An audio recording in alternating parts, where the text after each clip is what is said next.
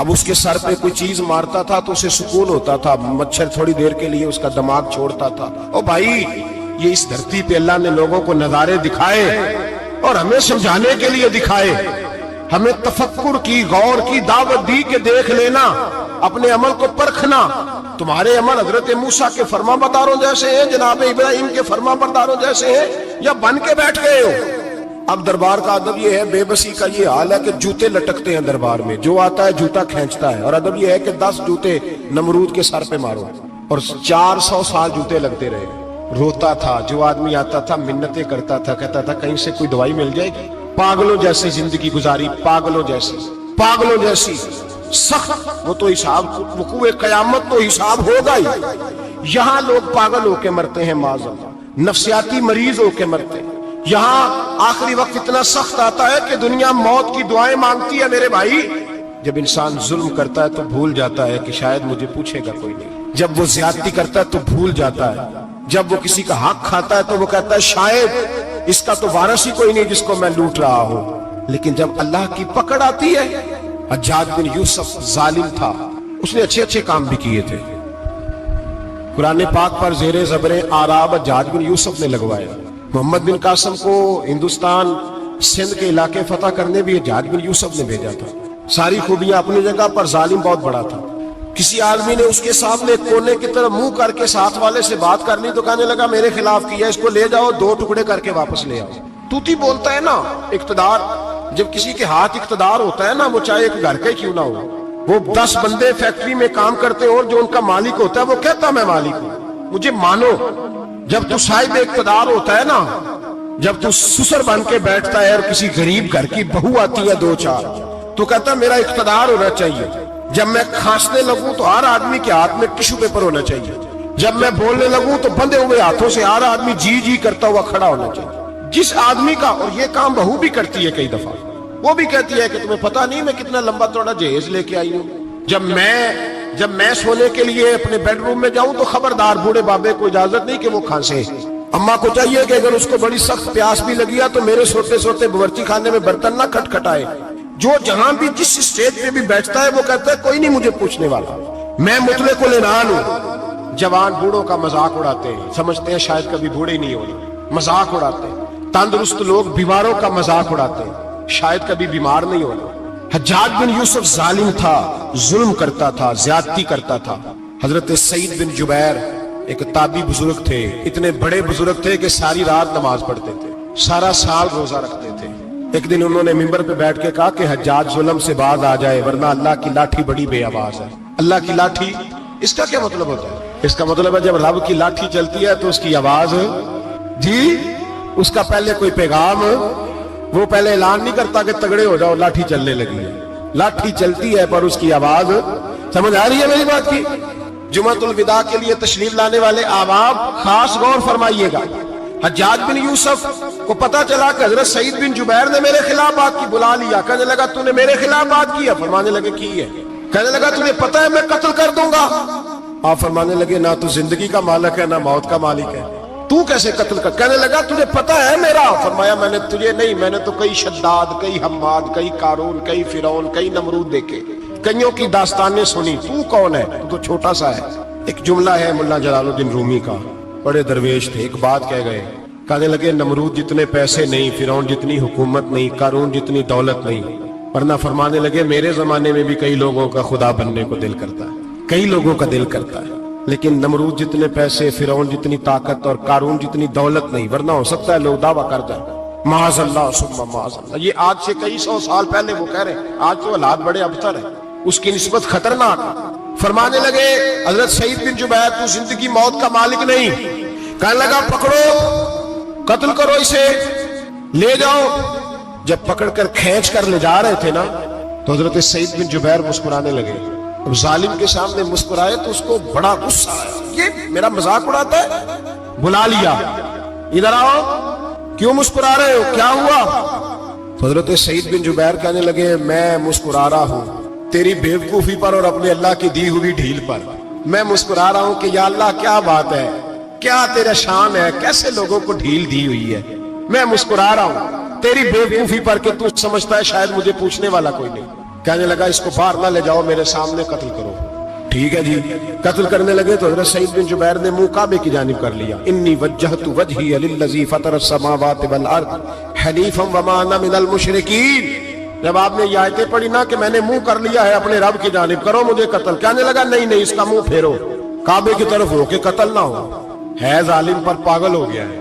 حضرت سعید بن جبیر کے حوصلے نے شکست دے دی، ناکام ہو گیا، مخبوط الحواس ہو، کہنے لگا اس کا منہ پھیر دو۔ جب کعبے سے پھیرا تو آپ فرمانے لگے للہ المشرق والمغرب فانما تولى فثم وجه اللہ۔ اللہ فرماتا ہے تو مشرق اور مغرب سارا ہی اللہ کا ہے، جدھر بھی منہ کرو گے ادھر اللہ ہی اللہ ہے، جدھر بھی منہ کرو گے ادھر اللہ ہی اللہ ہے، چاروں جانا پھیر دے، جدھر منہ پھیرنا ہے تو نے پھیر دیا منہ۔ حضرت سعید بن جبیر کے گلے پہ خنجر رکھا تو آپ نے ہاتھ اٹھائے، کہنے لگے اے اللہ میرے بعد اسے کسی اور پر مسلط نہ کرنا، میرے بعد کسی اور پر مسلط نہ، بس میں آخری ہوں۔ جب آپ ذبح ہوئے تو اتنا خون نکلا، اتنا خون نکلا کہ لوگ کہتے ہیں جتنا اونٹ کے وجود سے نکلتا، تر ہو گیا سارا اس کا دربار۔ ایک سمجھدار آدمی کو بلا کے کہنے لگا اتنا خون میں نے پہلے کبھی، میں نے بڑے بندے قتل کرائے ہیں پر اتنا خون نہیں نکلا۔ تو وہ کہنے لگے لوگ مر جاتے، مرتے وقت ڈر جاتے ہیں، سہم جاتے ہیں، خون سکڑ جاتا ہے، لگتا ہے یہ شخص جب دنیا سے گیا ہے تو ڈٹ کے گیا ہے، یہ ڈٹ کے گیا ہے دنیا سے۔ حجاج بن یوسف رات کو سویا تو تڑپ کے اٹھا، کیا ہوا؟ گھر والے کہنے لگے کیا ہوا؟ کہنے لگے سعید بن جبیر خواب میں آیا اور کہتے ہیں اٹھ مجھے بتا تو نے مجھے کیوں قتل کیا، بتا بتا کیوں مارا۔ اگلی رات پھر سویا تو وہی خواب، پھر سویا تو وہی۔ گناہ نفسیاتی مریض بنا دیتا ہے، ظلم تجھے مخبوط الحواس کر دیتا ہے۔ جب تو زیادتی کرتا ہے تو اللہ فرماتے ہیں کہ تو اللہ کو بھولتا ہے، اللہ تجھے اپنا آپ بھلا دیتا ہے، پھر تو بھول جاتا ہے، پھر تو سیدھے رستے پہ چلتا ہے پر بھٹک جاتا ہے، پھر تو صحیح رستوں کا تعین کر کے بھی گمراہ ہوتا ہے، پھر تو روز وہی گاڑی چلاتا ہے پر اب جب تو بریک لگاتا ہے تو نہیں لگتی۔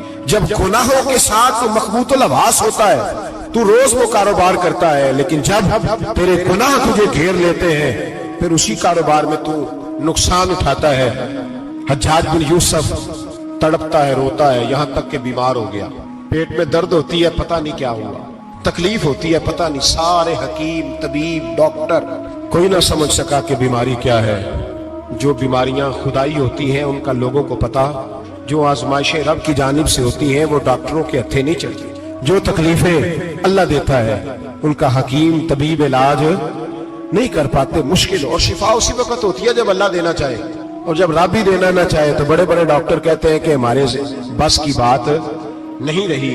بغداد سے حکیم آئے، پیٹ دیکھا، کہنے لگے نہ تیرے معدے میں کوئی دقت ہے، نہ تیرے جگر میں، نہ کسی اور جگہ، ماجرا کیا ہے؟ ایک آخری علاج ہے، آخری، وہ کیا؟ گوشت کا چھوٹا سا ٹکڑا دھاگے کے ساتھ باندھ کے منہ میں ڈالا اور پھر ایک باریک سا تنکا لے کے اس کو اندر ڈالنے لگے گلے میں۔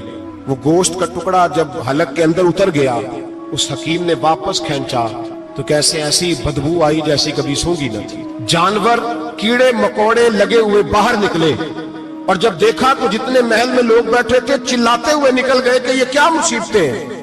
حکیم بھی اٹھ کے دوڑنے لگا، کہا تجھے کیا ہوا؟ کہنے لگے حجاج تیری بیماری زمینی نہیں، تیری مصیبت زمینی نہیں۔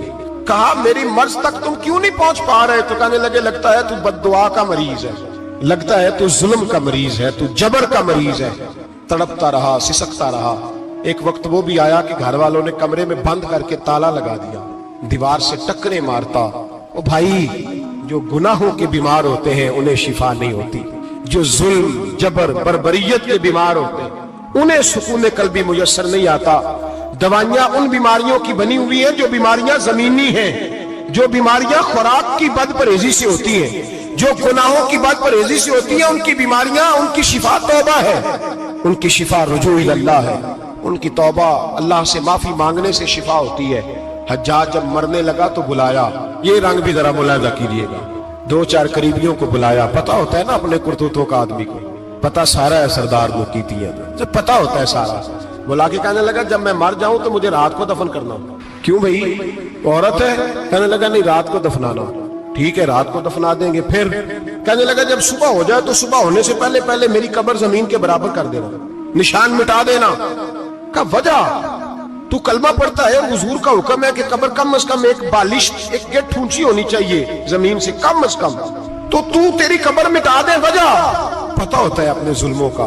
کہنے لگا مجھے پتا ہے لوگ میرے مرنے کے بعد میری قبر بھی نہیں چھوڑیں گے. دنیا میں تو میرے جبر کی وجہ سے کوئی آ نہ سکا, لیکن میری قبر بھی لوگ جنازوں میں باتیں شروع کر دیتے. جنازوں میں نے ایسی بھی داستانیں سنی ہیں کہ کوئی مرا تو لوگ جوتوں کا ہار قبر پہ ڈالا ہے. نہیں بھائی, تو جب زندہ تھا تو تیرے جبر ظلم کی وجہ سے نہیں کو بول سکا. ایک تو ہے قیامت میں حساب ہوگا, یہاں دنیا میں حساب ہونے لگتا ہے. اتنی لمبی زبانیں لوگوں کی لٹک کر مرتے وقت باہر نکل آتی ہیں. دعا کریں, جمعہ ہے, اللہ تعالیٰ ایمان کی موت عطا فرمائے. دعا فرمائے رب تعالیٰ اللہ تبارک و تعالیٰ توبہ کر کے جانے کی توفیق عطا فرمائے. جاگے اور سنے اور دعا کرے, اے اللہ تو ہمیں ظلم سے ویسے ہی محفوظ فرما. اگر ہم زیادتی کرنے لگے تو اے اللہ ہمیں اس سے منع فرما, ہمیں اس سے تو یہ توفیق دے کہ ہم بھاگ آ جائیں اس گناہ سے. میرے بھائی, ایک تو دنیا میں سزا ہے, پھر قیامت کی سزا ہے, اور وہ زیادہ سخت ہے, وہ زیادہ سخت ہے. ہم لوگوں نے نا ہیلے بہانے بڑے بنائے ہوئے ہیں. بینک کے ساتھ کاروبار کرنے والا کہتا ہے نہیں مجبوراً لیا ہے, مجبوراً. مر رہا تھا تو, آخری لمحوں پہ تھا تو جائز ہے, جائز ہے. اس وقت جب تجھے کھانے کو لقمہ نہ لگے تو حرام کھانا بھی جائز ہے. کیا دقت تھی؟ کیوں اللہ رسول کے مقابلے میں کھڑا ہوا تو؟ کیوں سود کا دھندا کیا؟ کیا تکلیف تھی؟ کہاں تو الجھ گیا تھا؟ ہم جان بوجھ کے اپنے لیے جہنم کٹھی کرتے ہیں, پھر کہتے ہیں سکون نہیں زندگی میں. کہاں سکون آئے گا, کیسے آئے گا؟ ہم نے خود آگ لگائی ہے چمن میں اپنے. جو قیامت کی سزا ہے, میرے نبی پاک علیہ السلام نے فرمایا رب تمہیں سامنے کھڑا کرے گا. اور کس طرح کھڑا کرے گا؟ فرمایا لوگوں کے وجود سے کپڑے اتر جائیں گے, زمین اس طرح دہکے گی جس طرح تانبا زمین پہ رکھا جائے اور آگ جلائی جائے. تانبا دیکھا آپ لوگوں نے؟ یہ بھی گرمی گزری ہے نا, تو فرش پر جب سورج پڑتا تھا تو ننگے پاؤں چلا نہیں جاتا تھا. صحیح کہہ رہا ہوں؟ ننگے پاؤں, بچے کا پیر زمین پہ لگتا ہے تو چیخ اٹھتے ہیں, کہتے ہیں وہ جل گیا پیر. حالانکہ یہ فرش دنیا کے ہیں. اور اگر تانبے کے اندر خاصیت ہے کہ اگر کوئی دھات جلدی اور زیادہ گرم ہوتی ہے تو وہ تانبا ہے. میرے نبی نے مثال دی تو اس کی دی جو سخت تھا. فرمایا تانبے کی طرح زمین تپائی جائے گی اور پھر ننگے پاؤں رب تمہیں کھڑا کرے گا. آج سورج کی پشت تمہاری جانب ہے, قیامت میں منہ تمہاری جانب ہوگا. نیزہ آپ نے دیکھا ہوگا, نیزہ ہوتا تھا.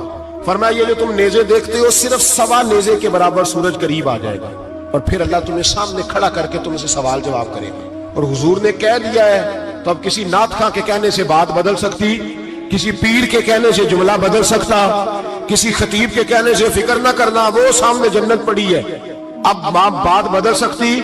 خدا کی رحمت پر بھروسہ رکھنا ضروری ہے, نبی پاک کی شفاعت کی امید رکھنا. بولیے, لیکن جو حضور نے بیان کیا ہے اس کو ماننا بھی یہ بھی ضروری ہے. میرے نبی پاک نے فرمایا اللہ تم سے حساب لے گا اور اللہ پوچھے گا, تم نے جواب دینا ہے. حضور کس شے کا؟ فرمایا جو پہنتے ہو اس کا جواب نہیں دینا, جو کھاتے ہو اس کا جواب نہیں دینا, جو اللہ کے رستے میں دیتے ہو اس کا جواب, باقی ہر شے کا جواب دینا ہے. ادھر جو پلاٹ ہے اس کا بھی جواب دینا ہے, اور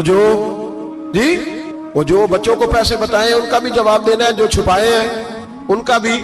ثم لتسألن یومئذ عن النعیم, جو کمیٹی اپنے محلے میں ڈالی ہے اس کا بھی جواب دینا ہے, جو سسرال کے علاقے میں ابا جی سے چوری ڈالی ہوئی ہے اس کا جواب بھی, سب کا جواب دینا ہے, تمام حساب کتاب. اور اللہ فرماتے ہیں میں سامنے کھڑا کر کے ہر سوال کا تجھے ہر سوال کا جواب صاحب. اچھا, یہ جو بڑے لوگ تھے وہ حساب سے ڈرتے تھے, ہم چھوٹے لوگ ہیں ہم حساب سے ہم نہیں ڈرتے, ہم کہتے ہیں دیکھی جائے گی. بڑے لوگ جو تھے وہ حساب سے, حضرت ابوبکر صدیق دعا کرایا کرتے تھے, دعا کرو اللہ مجھ سے حساب نہ پوچھے. حضرت عمر فاروق رضی اللہ تعالیٰ عنہ اپنے بیٹے سے کہتے تھے بیٹا اپنے باپ کے لیے رحمت کی دعا کرنا, میں درگزر والا ہوں, میں حساب والا کوئی نہیں. بڑے لوگ ڈرتے تھے, بڑے لوگ. حضرت عثمان غنی قبر پہ کھڑے ہوتے تھے تو داڑھی آنسوؤں سے بھیگ جاتی.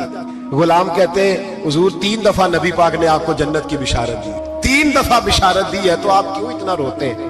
عثمان غنی فرماتے جس رسول نے مجھے جنتی کہا ہے اسی محبوب نے مجھے فرمایا تھا عثمان قبر آخرت کی منزلوں میں سے پہلی منزل ہے. اور آپ فرماتے میرے تو کمرے میں دیا گل ہو جائے تو مجھے ڈر لگتا ہے, اس میں تو مکمل اندھیرا ہے.